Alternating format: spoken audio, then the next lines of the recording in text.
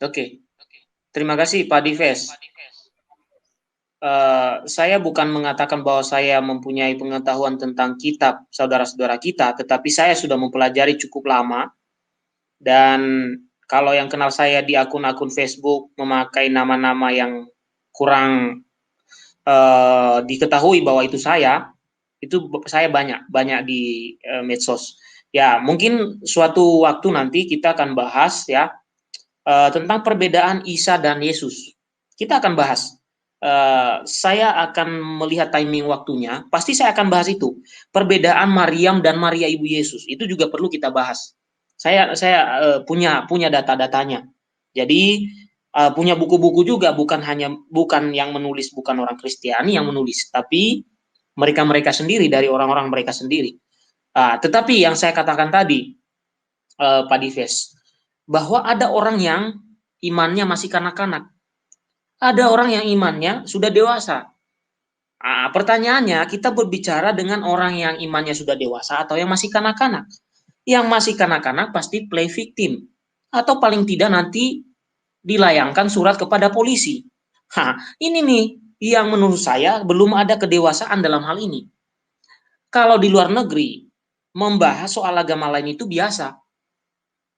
Tetapi kalau di Indonesia membahas soal agama Kristen itu sudah biasa. Tapi jangan pernah bahas agama lain ya. Kamu masuk penjara. Nah itu. Inilah kedewasaan ini yang belum ada di Indonesia. Baru ada di luar negeri.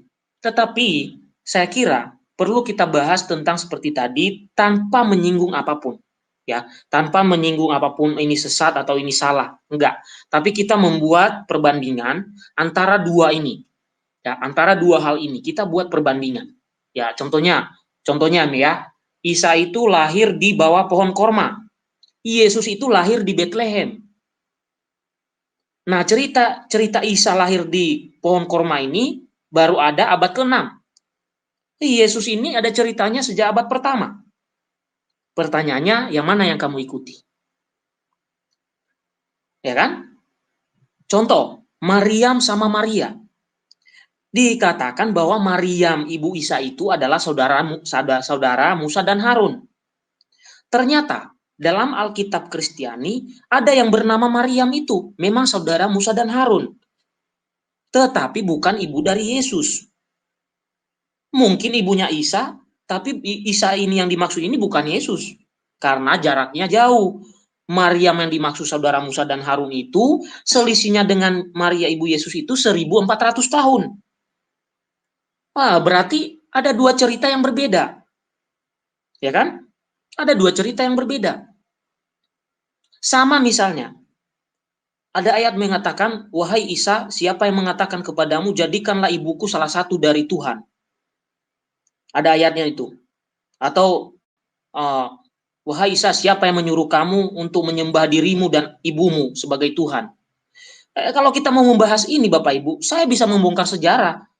Ternyata yang dimaksud di tempat lain ini tentang Isa ini adalah tidak ada sangkut paut dengan kekatolikan. Karena tidak pernah Katolik itu mengajarkan bahwa Maria itu salah satu dari Tuhan. Nah, pertanyaannya siapa yang diserang di situ? Ya, kolidirianisme. Nah, silakan nanti dibuka YouTube yang namanya Fuli. Fuli dia seorang Mesir, keturunan Arab. Dia membahas tentang perkembangan kekristenan di Arab. Namanya Fuli, channelnya. Dia membahas tentang kolidirianisme itu yang menuhankan Bunda Maria. Nah, ternyata penuhanan terhadap Bunda Maria itu dicatat dalam kitab suci saudara kita ini dan tidak nyambung dengan kita yang sama sekali tidak pernah menganggap Maria bagian dari Tritunggal. Atau misalnya, ya saya ini terpancing untuk membahas, tapi nggak apa-apa untuk kita renungkan saja. Katakanlah Tuhan tidak beranak dan diperanakan dalam surah Al-Ikhlas. Siapa juga yang mengatakan bahwa Tuhan beranak seperti beranak manusia biologis? Tidak ada kan? Tidak ada umat Kristiani termasuk Katolik yang mengajarkan bahwa Tuhan itu beranak, menikah dengan Bunda Maria lalu melahirkan Yesus. Tidak ada seperti itu. Siapa yang mengatakan beranak biologis? Iya jelas berbeda dong. Yang dikatakan di sini berbeda, yang diyakini oleh gereja Katolik berbeda. Katakanlah Tuhan tidak beranak dan diperanakan. Dalam surat Al-Ikhlas 1, 2, 3. Di situ dikatakan, ya.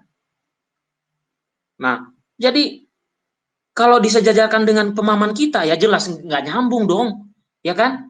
Kita tidak pernah mengajarkan bahwa Tuhan itu beranak, ya menikah dengan Bunda Maria, Allah Bapa menikah dengan Bunda Maria, melahirkan Yesus. Itu tidak pernah ada. Nah, pertanyaannya ini nyambung nggak? Nggak nyambung. Ya silakan saja kamu yakinin ya kamu omongin itu, tapi nggak nyambung dengan kita. Nah, ini hal-hal ini bisa saja kita bahas, asalkan tidak baper, ya tidak baper kemudian menuduh saya menista, ya. Saya cukup menguasai sedikit dah tentang itu. Kalau tidak percaya, saya mempunyai buku namanya Sejarah Sosial Umat Islam, ditulis oleh Muhammad Lapidus, ya. Itu seorang sejarawan.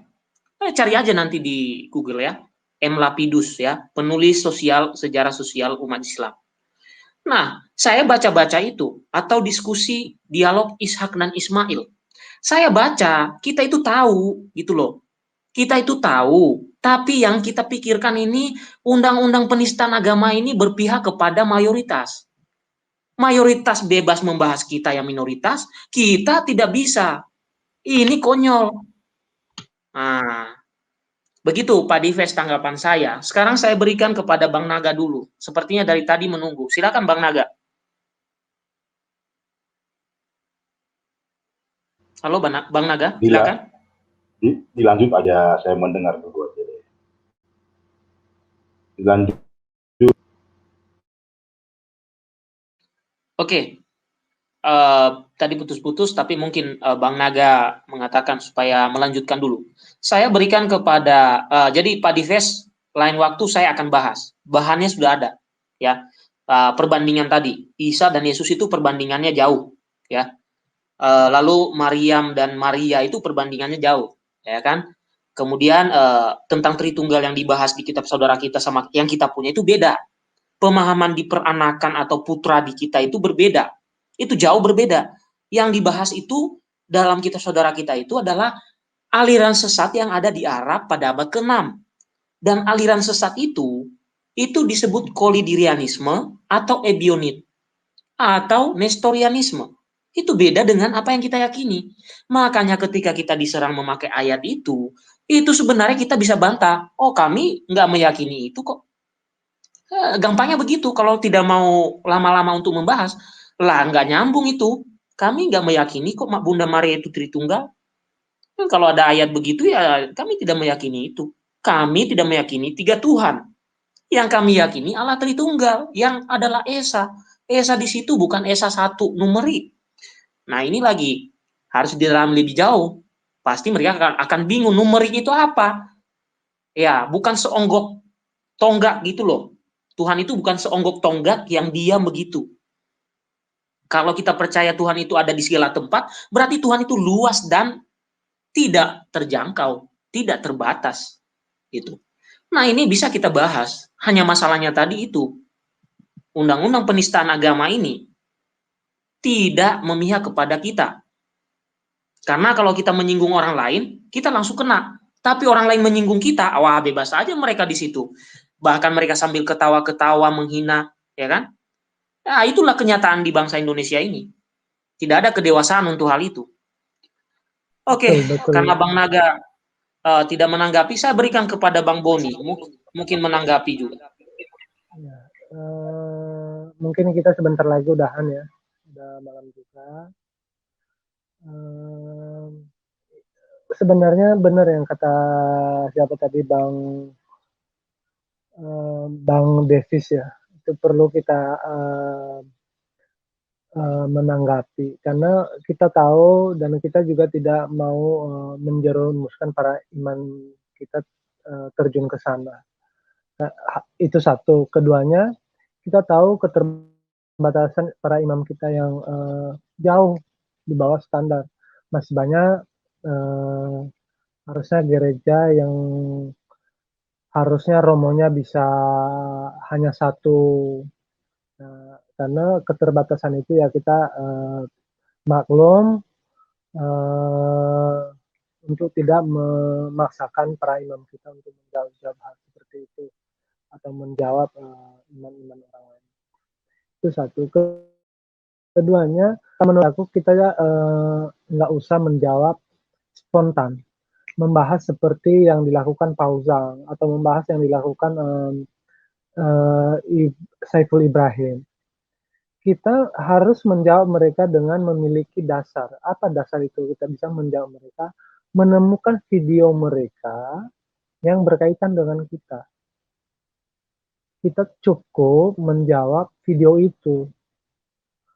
Kalau kita menjawab mereka dengan vulgar atau seperti Saiful Ibrahim atau Pauzang atau kayak Ahok, tetap kita akan mengalami rugi sendiri dan pasti kita akan, dan itu juga nggak baik antara hubungan kita sama lingkungan, antara hubungan kita yang telah dibangun gereja sekarang juga ingin hidup berdampingan.